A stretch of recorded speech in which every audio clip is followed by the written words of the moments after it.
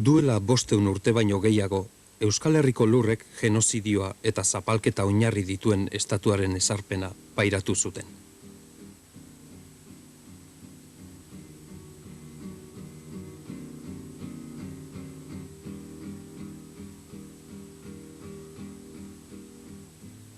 Erresistentziak gure artean ere eguneroko bizimoduaren bilakaera mugatu du garai historiko askotan. Burruka modu guztiak erabili behar izan dira gure eskubide naturalen defentsan, baina orain berreskura ditzakegula ikusten dugu.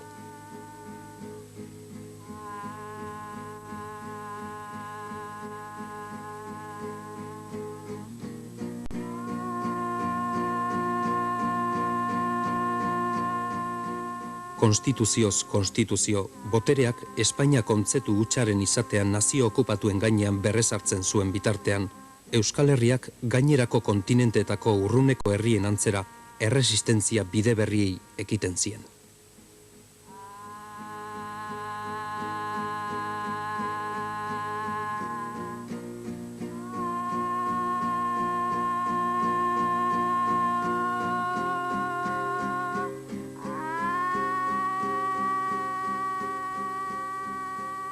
Kolpe militarrak, monarkia berriak, gerra zibilak, diktadurak, ondamen ekonomikoa, erreforma konstituzionalak, exzepzio egoerak. Estatu espainolak funtsezko helburu baten inguruan moldatu du bere legaltasun zentralista. Nazio guztiak indar faktikoen interesetara menperatu.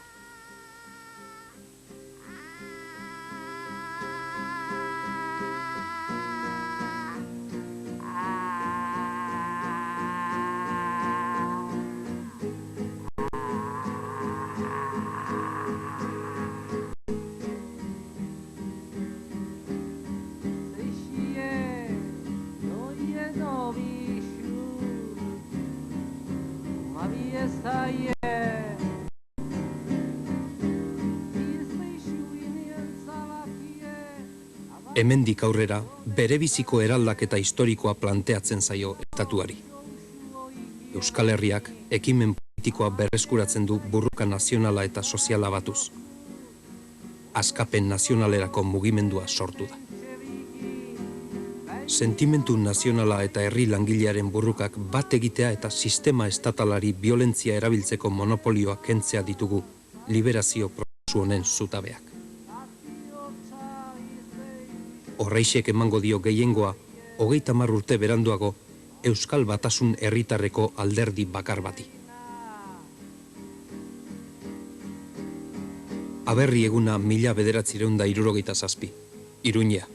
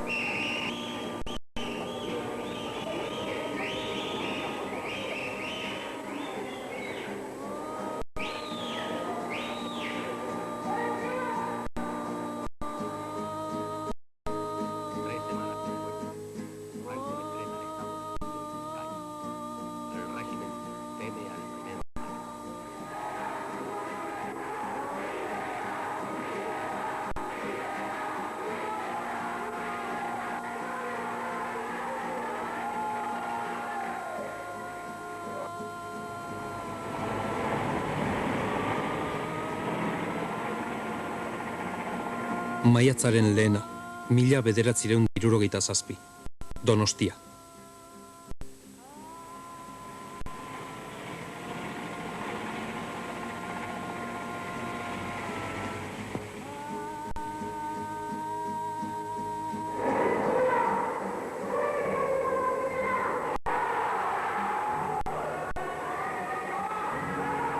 A las 12, la violencia estalla.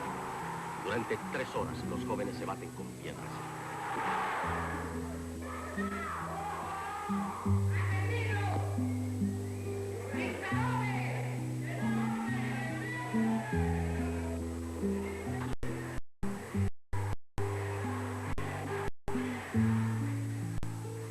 Askapenerako Euskal Mugimendu Nazionalak hasiera damaie Euskadiko historiaren kapitulu berri bati eta diktaduraren ondamenari. 1960 Burgoseko prozesua.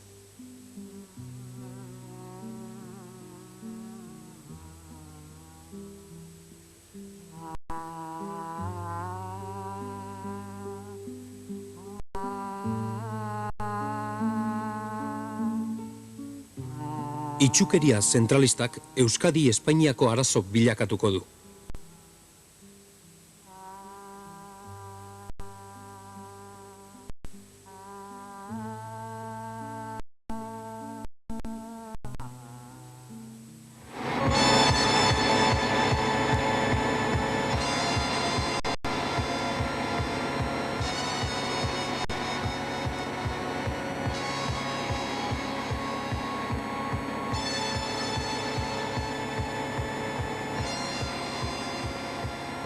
Estatuko botereek, gaur bezalaixe, ez dute iparreko porrot historikoa onetsi nahi, eta adabaki berriak, itun berriak, konponketa instituzional berriak bilatzen dituzte, nazio autonomoaren errealitatea ez onartzeko.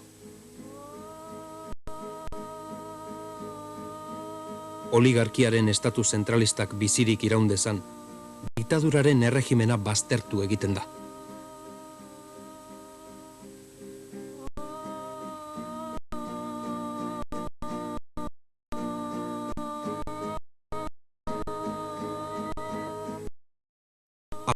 Konstituzionala antidemokratikoa den konstituzio berri bati irekitzen dio atea.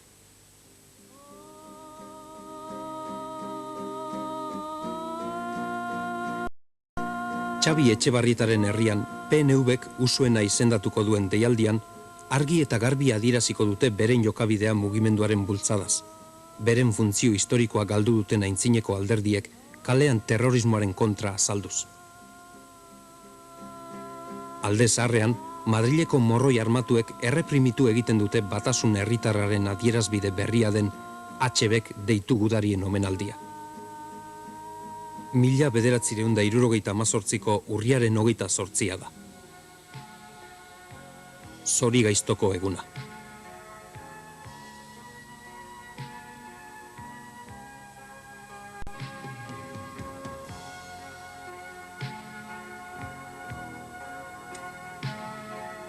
Herri burrukaren onura eskuratu nahi dutenek, Hego Euskal Herria estatu erregionalista bihurtzeko paktutan ari diren talde eta alderdi zuzendaritzek, diktadura suntsitu duen mugimenduaren errendizioa lortzea espero dute, epe laburrean.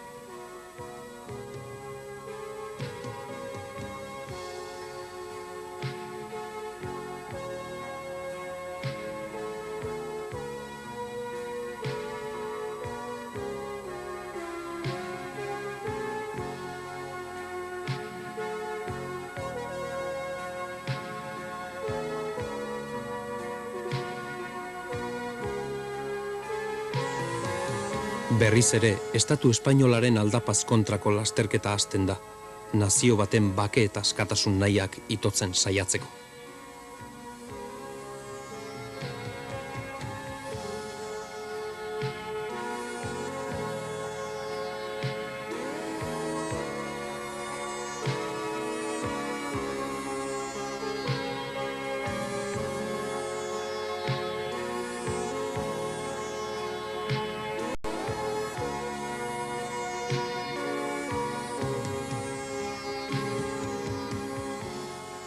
Konstituzio Espainiar berria paktatzen da, baina erioak jota jaio zen. Abenduan ezetza eman zion Euskal Herriak erreferendumean. Honela plazaratzen da HB, Altsasuko mailaren lekukoa hartzen duten lau alderdiren koalizio gisa, frankismoaren erreformarekiko Euskal ezetza bultzatuz.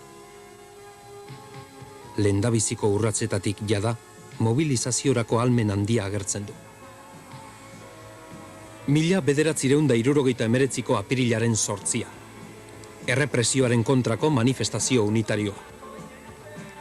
Hauteskunde koalizio berria finkatu delako lehen adierazpen nabarmena. Estatutuaren aldeko indarrek kolpe berri bati egin behar diote aurre. HB, itxaropen nazionalaren oinordeko gisa agertzen da. Erreformak ez du mugimendua desegitea lortu.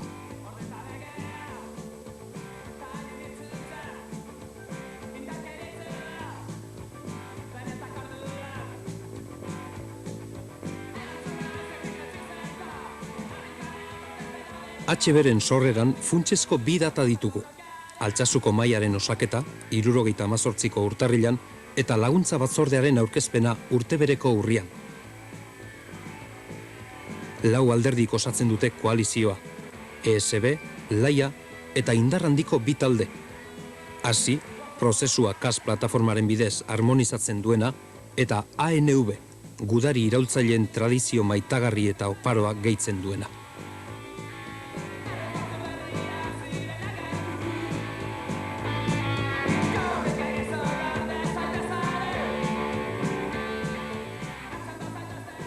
Koalizioa urtez urte handituz doa. Hauteskundeak, aberri egunak eta herrietako edapen etengabea ditugu horren adierazpideak.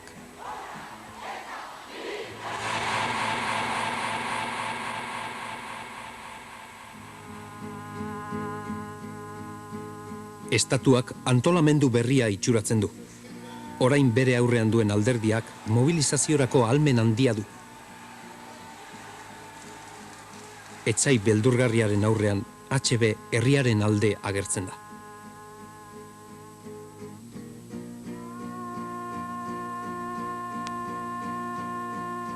Alderdi estatutarioen kolaborazio eta menpekotasuna nahikoa estenean, efektuzko autokolpea sortzen da. Tejero, Calvo Sotelo eta Loaparekin.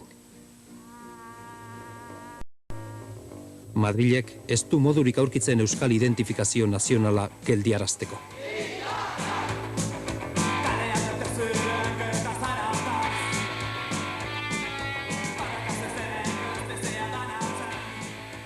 HBek egiten duen aurrera pausu oro, aurrera pausua da halaber gogorki zigortutako sektore eta klase sozial askorentzat. Herri batasunaren koherentzia eta edapena gizarte maila guztiek lurralde historiko guztietan damaioten laguntzan isladatzen da. Hauteskundez hauteskunde gora egiten du HBrentzako botuak.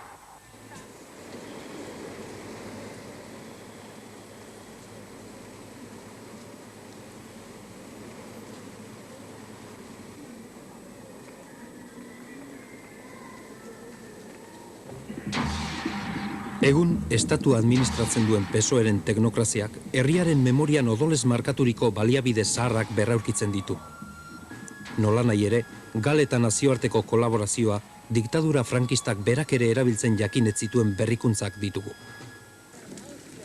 Boterearen bortxazko logikak berak industria sektore osoak hondatu eta zokoratzen ditu, Euskadiko populazio aktiboaren herenak jasaten duen langabezia sortuz. Politika herritarraren islada HBko kanpainen sorkuntza eta oparotasunean ere aurki dezakegu. Denok dugu gogoan 1985ko martxa eta borroka, alaitzu eta kementzu. 1986an herriaren beste garaipen handi bat dugu, Euskadiko tani eman zion ezezko borobila. Udazkenean negoziazioaren aldeko lehen kanpaina handia bideratzen da. Hurrengo urtean otsailean, instituzio erregionalen eszenatokira azaltzen da Joldiren kandidaturarekin. 1987. Txominen heriotzaren urtea da, Gernikako bombardaketaren urteurrena. Txema Montero Europako Parlamentura ailegatzen da. PNV-ren zatiketa garrantzizko beste abisu bat dugu. Paktu eta saldukeriaz libro gelditzen da Gora Euskadi askatuta. Gora Euskadi askatuta queda ya liberado de pactos y traiciones. Bueno, yo creo que Herri Batasuna, allí cuando nace, hace 10 años, nace, digamos, como una intuición que podamos tener algunos en relación con una insatisfacción popular clara. que es que efectivamente la gente, a 2 años vista de la muerte del general, está viendo que efectivamente aquella ruptura democrática, aquellas libertades vascas que iban a llegar inmediatamente, que es a lo que todos habíamos soñado cuando vivía Franco, que aquellas libertades, digo, no llegan, que no van a llegar, ¿eh? Y que efectivamente algo hay que hacer para mantener por lo menos una serie de principios y una serie de reglas de juego que siempre las habíamos tenido hasta entonces claras entre los vascos. Herri Batasuna es la continuación de los 150 años de lucha, la esperanza de que efectivamente esos 50 años se pueden terminar y, en definitiva, la oposición a la trampa que se quiere montar después de la muerte de Franco y que es precisamente todo lo contrario que lo que nos habían dicho los que hasta un momento antes habían estado codo con nosotros.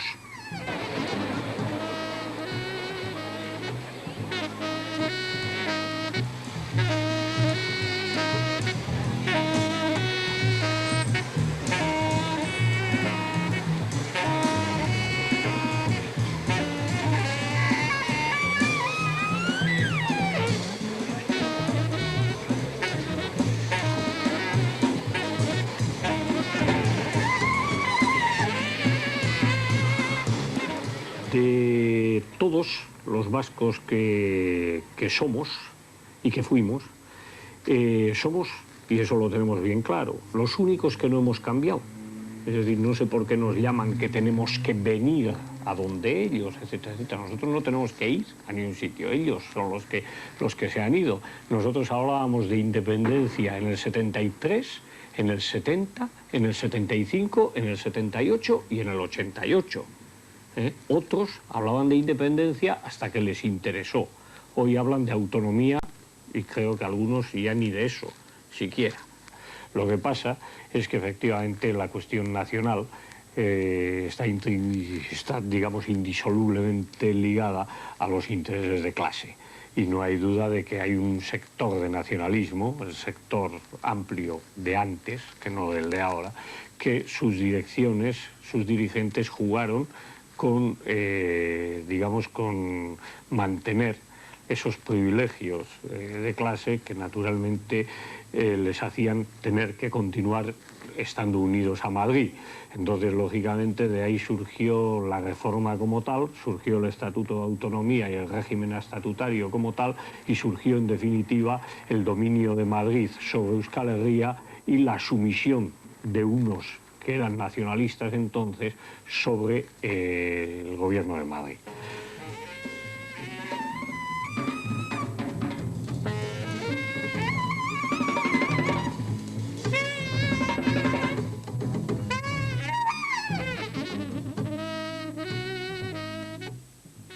El gobierno González presiona a los partidos estatutarios, yo creo que en uno de sus últimos caminos que le queda por recorrer, pues simplemente con el objetivo de no proceder al enfrentamiento directo en una mesa con lo que en verdad ellos llaman el problema vasco.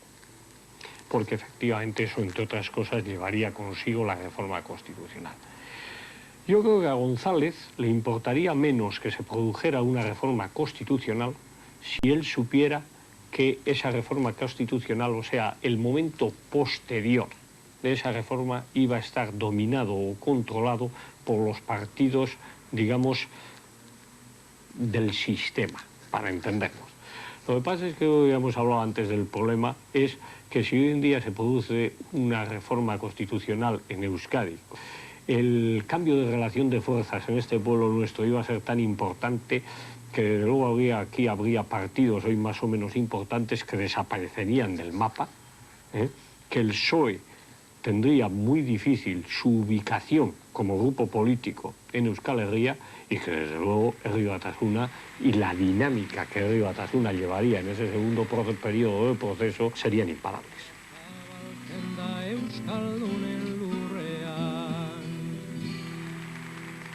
Zeru horrenpean jaso behar dugu herria, En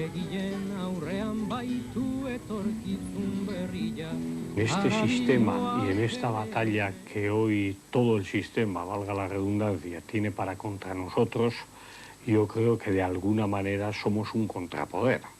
Porque claro, hoy en día simplemente mantenerte a flote y además nadar en una tormenta como la que se ha desencadenado voluntariamente por las demás fuerzas contra Henry Batasuna, pues efectivamente ya es un mérito que para si quisieran muchos ganadores de medallas de oro de natación, ¿no? Yo creo que hay un contrapoder. El contrapoder lo marca primero la implantación poderosa de una organización política y la existencia de una organización armada. Entonces, el poder caminar durante 10 años paralelamente a todo el entramado constituido, el poder incluso abarcar campos, el poder ser creídos en el mundo, es decir, creídos en el sentido de que se da credibilidad a que lo que Henry Batasuna dice no es algo del 17% o del 20%, sino que en el fondo subyace algo mucho más importante, algo que genera mucho más potencia que lo que el propio juego democrático electoral puede dar. Y yo creo que eso ya, todo eso, es un contrapoder.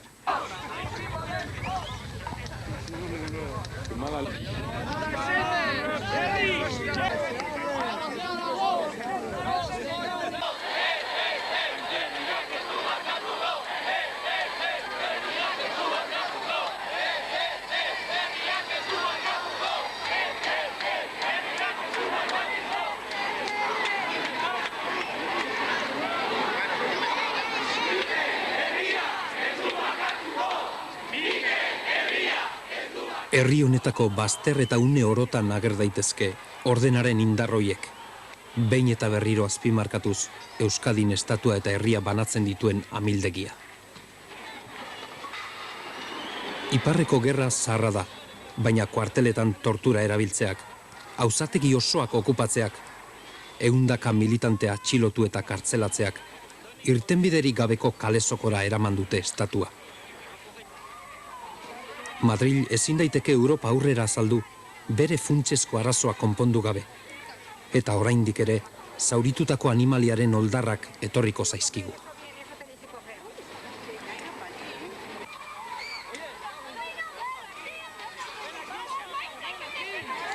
Hala ere, eta jasan beharko dugunaz gain, kristalezko gela batetan sartutako elefantearen antzera, duen irtenbide bakarra aukeratu beharko du. Negoziazioaren atea. Y yo creo que uno de los éxitos más importantes en estos 10 años de Henry Batasuna es que en tanto en cuanto HB no vaya a las instituciones, el sistema no se asentará aquí y habrá posibilidades de modificarlo por otro diferente.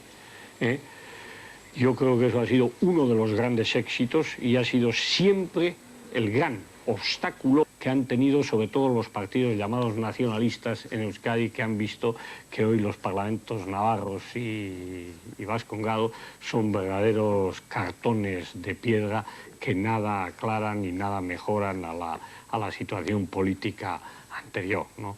Entonces yo creo sinceramente que ese ha sido un éxito nuestro, que tenemos que continuar por ahí y que nosotros tenemos que llegar a conseguir, pues bueno, en lo que estamos, ¿no? Es decir, abriendo huecos, ampliando nuestro grupo, atrayendo sectores en la mayoría, o en la medida de nuestras posibilidades, con el objetivo de que efectivamente el gobierno entienda que ese sector de la población amplio no solo no va a entrar en las instituciones, sino que además va a jugar paralelamente a ellas para modificarlas y que además va a intentar, en la medida de su práctica política, incidir en que entre los otros partidos nacionalistas surjan contradicciones suficientes para que al final, efectivamente, pueda producirse ese cambio de la manera que HB ya lo ha dicho en muy numerosas ocasiones.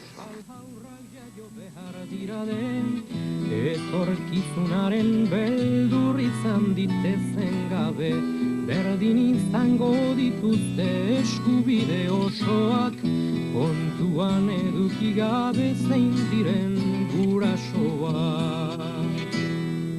Irrintzi bat entzun dugu ezpataren aurrean, oskorria zabaltzen da euskaldunen lurrean.